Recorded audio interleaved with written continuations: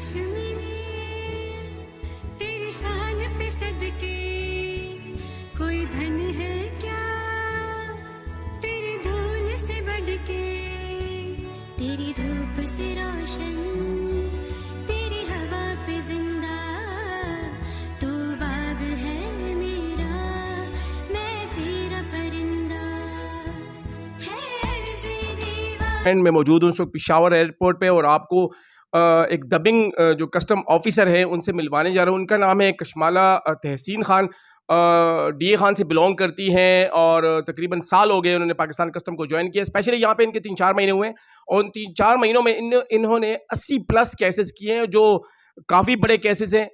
इनसे पूछते हैं कि वो एक खातून ऑफिसर हैं, कैसे कस्टम में आई, कैसे कस्टम को उन्होंने पाया, जब वो कस्टम को उन्होंने ज्वाइन किया तो उनसे बात करेंगे। उनसे पूछेंगे कि कैसे उन्होंने इतने बड़े केसेस किए हैं और डिपार्टमेंट की तरफ से उनको कितने क्या रिवॉर्ड मिला है। तो आइए उनसे बात करते हैं, उनसे पूछते हैं आपने कब जो है कस्टम को ज्वाइन किया? मैंने कस्टम ज्वाइन किया 2019 में, मेरी ट्रेनिंग स्टार्ट हुई।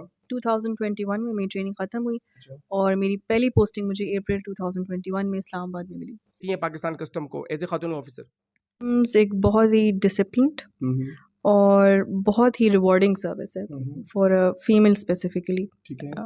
उसी तरह की अपॉर्चुनिटीज़ आपको मिलती हैं जिस तरह की आपकी मेल ऑफिसर्स को मिलती हैं। और मेरी अपनी बहुत ज़्यादा ग्रूमिंग हुई है, बहुत ज़्यादा लर्निंग हुई है and I become a more confident version of myself. तो it's a very good service and I am very happy to be part of it. अच्छा, रिसेंटली आपने जो है एक गोल्ड का जो 70 तोले में हमने सुना है कि आपने इतना बड़ा केस किया, इस हवाले से ज़रा हमारे व्यूअर जानना चाहेंगे। गोल्ड के हमने मल्टीपल केसेस किए हैं, 100 तोलास के केसेस, मल्टीपल इस तरह के केसेस किए हैं। ठीक है। गोल्ड बुलियंस जो हैं स्पेसिफिकली उसके काफ़ी केसेस किए हैं। कस्टम एक्ट 1969 में गोल्ड बुलियंस जो हैं वो बैंड है, आप नहीं लेके आ सकते। उसका अपना एक जो है SRO है, उसके थ्रू आप लेके आ सकते हैं, बैगेज में आप नहीं लेके आ सकते। तो उसके हमने काफ़ी केसेस किए हैं रिसेंटली, और उसके अलावा करेंसी के भी हमने काफ़ी केसेस किए हैं। अच्छा, हम पूछना चाह रहे हैं कि गोल्ड के जो आपने केसेस किए कैसे किए हैं, किससे रिकवर किए हैं आपने, किस मुख्तलिफ पैसेंजर से हमने किए। ये कभी तो हमें इंफॉर्मेशन होती है, कभी हम पैसेंजर की प्रोफाइलिंग कर रहे होते हैं, ये किस इलाके का बंदा है।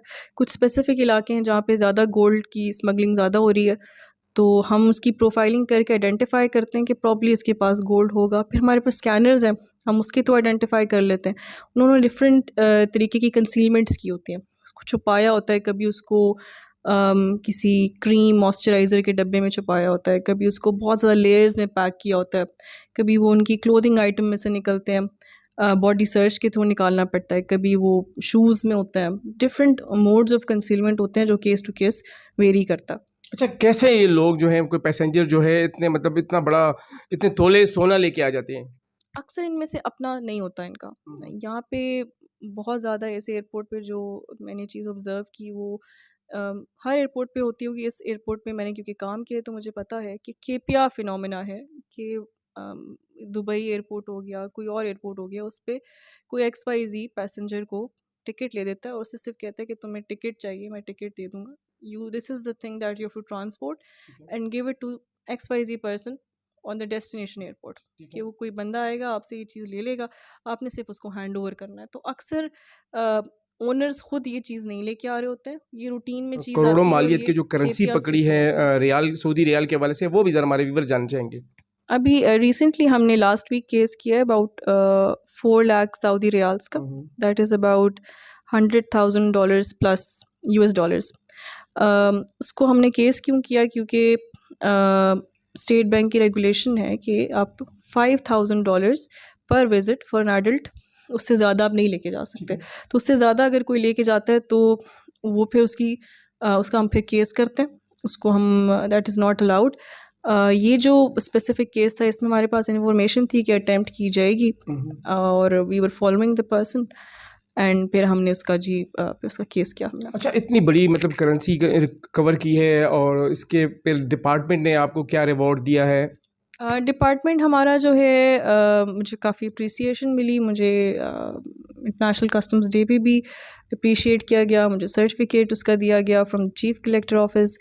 मेरे सीनियर्स ने बहुत अप्रिशिएट किया। फिर हमें जो है बाय एनुअली या एनुअली हमें रिवॉर्ड भी किया जाता है, परफॉर्मेंस की बेसिस पे हमें सैलरी वगैरह एक्स्ट्रा मिल जाती है, रिवॉर्ड किया जाता है, इंसेंटिवाइज किया जाता है बाय FPR। इतनी बड़ी अमाउंट्स इन्वॉल्व हों और लोगों का इतना ज़्यादा इसमें नेचुरली कैपिटल फंसा हुआ हो तो फिर प्रेशर तो आता है। और प्रेशर कैसे इंक्रीज होता है, रिलीज होता है, और साथ साथ जो है डिपार्टमेंट क्या करते हैं?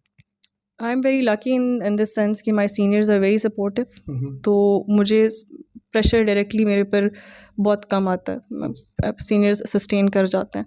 दूसरा, शुरू में जब आप पे प्रेशर आता है आप उसको बहुत ज़्यादा सर पे शायद सवार भी करते हैं, लेकिन with the passage of time जब एक चीज़ रूटीन में होना शुरू हो जाती है तो फिर आपकी, मेरी एटलीस्ट प्रेशर हैंडलिंग जो कैपेबिलिटी है वो काफ़ी बेहतर हो गई है। अच्छा, यहाँ पे स्टाफ हमने देखा है कि ज़्यादातर फीमेल हैं, तो इस हवाले से आप क्या कहेंगे?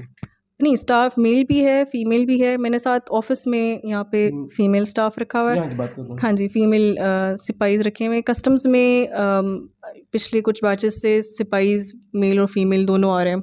तो as I said previously as well, बहुत ज़्यादा जेंडर बैलेंस्ड हमारी सर्विस है, और मेरा ख़ुद एक ये था कि I should give them an opportunity कि फ़ीमेल सिपाहियों को हम बैक फुट पे ना रखें, उनको आगे लेके आएँ, और वो बहुत अच्छा परफॉर्म करती हैं। अच्छा, जो ममनू हैं उनको इसमें स्मगलिंग होती है एयरपोर्ट पे? इस एयरपोर्ट पे शुरू में जो मैंने ऑब्ज़र्व किया वो मोबाइल फ़ोन्स बहुत ज़्यादा स्मगल हो रहे थे। उनका रीज़न यही था कि वो प्रॉपर चैनल के थ्रू अगर आएंगे तो उनको ड्यूटी टैक्सेस पे करनी पड़ेगी, तो ये ऑल्टरनेट। शुरू में जो मैंने ऑब्ज़र्व किया वो मोबाइल फ़ोन्स बहुत ज़्यादा स्मगल हो रहे थे। उनका रीज़न यही था कि वो प्रॉपर चैनल के थ्रू अगर आएंगे तो उनको ड्यूटी टैक्सेस पे करनी पड़ेगी, तो ये ऑल्टरनेट रूट यूज़ करते थे, और काफ़ी ज़्यादा क्वांटिटी में मोबाइल फ़ोन्स, लैपटॉप्स, फिर एप्पल प्रोडक्ट्स, एक्सेसरीज़ वगैरह, ये काफ़ी ज़्यादा क्वांटिटी में आती थी। इसके अलावा जो है यहाँ पे कभी आपको बैंड आइटम्स भी हमने केसेस किए हैं। रिसेंट हमने एक इंजेक्शंस का केस किया था, बूस्टर इंजेक्शंस होते हैं जो कि कैटल को दिए जाते हैं, और वो सुप्रीम कोर्ट ने बैन किए हुए हैं। इसके अलावा गोल्ड की स्मगलिंग होती है, यहाँ पाकिस्तान से बाहर करेंसी जाती है, उसके हमने काफ़ी केसेस किए हैं। कोशिश की जाती है कि करेंसी स्मगल की जाए। इसके अलावा और भी प्रोडक्ट्स कमर्शियल क्वांटिटी में, कॉस्मेटिक्स हो गए, फिर टिन्ड आइटम्स हो गए जो कि बग़ैर ड्यूटी के नहीं आने चाहिए, मतलब ड्यूटी एवेजन होती है अगर आप इस चैनल से लेके आएँ, उनको प्रॉपर इंपोर्ट होना चाहिए। इस तरह की चीज़ें हमने काफ़ी पकड़ी हैं। मोस्टली जो चीज़ें कमर्शियल क्वांटिटी में आती हैं जिस पे ड्यूटी एवेड करने की कोशिश की जाती है, वो फिर यहाँ पे पकड़ी जाती है। लगता है कितने मोबाइल अपने साथ ला सकता है? इसमें जो है वेरी करता है पॉलिसी हमारी, लेकिन PTA ने 5 फ़ोन्स अलाउ किए हुए हैं एक CNIC के ऊपर। अच्छा। लेकिन उसमें भी यही है कि हमने फिर प्रोफाइलिंग करनी है, कभी कभार उसको मिसयूज़ किया जाता है। पैसेंजर्स जो हैं, 3-4 पैसेंजर्स हैं, हर एक 5-5 नया आईफोन ले आया, और वो ड्यूटी टैक्सेस उसकी फिर अवेट करने की अगर कोशिश की जा रही है तो फिर उस पर भी हम फिर कार्रवाई करते हैं। अच्छा, जब आप पाकिस्तान कस्टम में आई तो वालिदैन की तरफ से क्या हिदायत थी आपको? हिदायत तो ये थी कि इंटेग्रिटी को अपनी कॉम्प्रोमाइज़ नहीं करना, ऑनेस्टली काम करना है, और आपने जो ये the trust that has been put in you, उसको जो है वायलेट नहीं करना, एक ऑनेस्ट ऑफिसर की तरह काम करना। अच्छा, एयरपोर्ट में आपने अक्टूबर को ज्वाइन किया था, तो इतने अरसे में आपने अब तक कितने केसेस किए हैं? एग्जैक्ट फिगर तो मुझे नहीं याद, आई थिंक 80+ केसेस हमने किए होंगे। लिकर, उसमें currency, gold, mobile phones, other commercial goods, certain band items, ये सारी चीज़ें उसमें शामिल हैं। लेबल कर दिया जाता है किसी डिपार्टमेंट को, मेरे ख्याल से वो फेयर नहीं है। अच्छा, आप ख़ुद भी क्या ऑपरेशंस करती है रिकवरी के लिए, जब आप जाती हैं स्टाफ के साथ खड़ी होती हैं वहाँ पे? जी बिल्कुल। वो कैसे करती हैं, ज़रा बताएं ज़रा। अक्सर मैं जब खुद जाती हूँ, मैं इंफॉर्मेशन बेस्ड जाती हूँ, फिर रैंडम भी बिल्कुल रैंडम चेक्स में करती हूँ, रात को स्पेशली ऑड टाइम्स पे आई ट्राई कि मैं वहाँ खुद पहुँच के, कभी कभी यूनिफॉर्म में, कभी सिविलियन क्लोथ्स में, I try to go there and staff के साथ खुद फिर चेक करवाती हूँ। अच्छा, आप जो हमारे नौजवान फ़ीमेल हैं या नौजवान मेल हैं, उनको आप क्या पैगाम देंगी पाकिस्तान कस्टम के हवाले से, अगर वो ज्वाइन करना चाहते हैं? मैं उनको ये कहना चाहूँगी कि गवर्नमेंट सर्विस में ज़रूर आएँ, do try for it. Females को स्पेशली कहूँगी कि बहुत अच्छी अपॉर्चुनिटी है आपकी अपनी ग्रोथ के लिए, और वो बहुत अच्छा कंट्रीब्यूट भी कर सकती हैं। इस सर्विस में बहुत ज़्यादा आपको जेंडर इक्वालिटी नज़र आएगी, बहुत ज़्यादा उस तरह की अपॉर्चुनिटीज़ नज़र आएंगी जो शायद पहले सिर्फ फ़ीमेल्स को इतना ज़्यादा अवेलेबल नहीं थी। तो डू जॉइन इट, आपकी अपनी ग्रोथ के लिए भी और कस्टम्स को भी बहुत ज़रूरत है हार्ड वर्किंग और टैलेंटेड लोगों की। कैसा देखती है पाकिस्तान कस्टम को? Pakistan customs is a uniformed and very disciplined service, और बहुत ज़्यादा तेज़ी से ग्रो कर रही है। हमारा जो स्कोप ऑफ वर्क है वो बहुत ज़्यादा तेज़ी से एक्सपैंड कर रहा है, और it's a very good service in the sense कि it has the best of everything. Discipline भी है, यूनिफॉर्म भी है, और इसमें आपकी इंटेलेक्चुअल ग्रोथ की भी बहुत ज़्यादा अपॉर्चुनिटीज़ हैं। अच्छा, हमारे लोगों के जहनों में ये है कि पाकिस्तान कस्टम में लोग पैसे कमाते हैं वगैरह, तो क्या क्या देखती हैं आप, उनको क्या कहेंगी आप पाकिस्तान कस्टम के हवाले से? आई थिंक अच्छे और बुरे लोग हर डिपार्टमेंट में होते हैं, and there is no such department जिसमें एक तरह के लोग हों। तो आई थिंक कस्टम्स को उस तरह लेबल करना is not fair, and customs बहुत ज़्यादा कंट्रीब्यूट कर रहा है रेवेन्यू के अंदर, एफबीआर के टारगेट्स के अंदर। कस्टम की बहुत बड़ी कंट्रीब्यूशन है, बहुत हार्ड वर्किंग ऑफिसर्स हैं, एंड आई थिंक उस लाइट में कस्टम्स को नहीं देखना चाहिए, क्योंकि जो हमारा जो नए ऑफिसर स्पेशली आ रहे हैं, पुराने भी कुछ बहुत अच्छा काम भी इसमें बहुत ज़्यादा अच्छा काम कर रहे हैं, और बहुत हार्ड वर्किंग ऑफिसर्स हैं। ये अपने डिपार्टमेंट के लिए क्या करना चाहेंगे फ्यूचर में? मैं एक तो अपनी कैपेसिटी में ऑनेस्टी से काम करना चाहूँगी, और मेरी अपनी जो डिग्री है वो इंजीनियरिंग में है। मेरा इंटरेस्ट इसमें है कि आगे जाके मैं कुछ ऑटोमेशन में काम करूँ। शुक्रिया।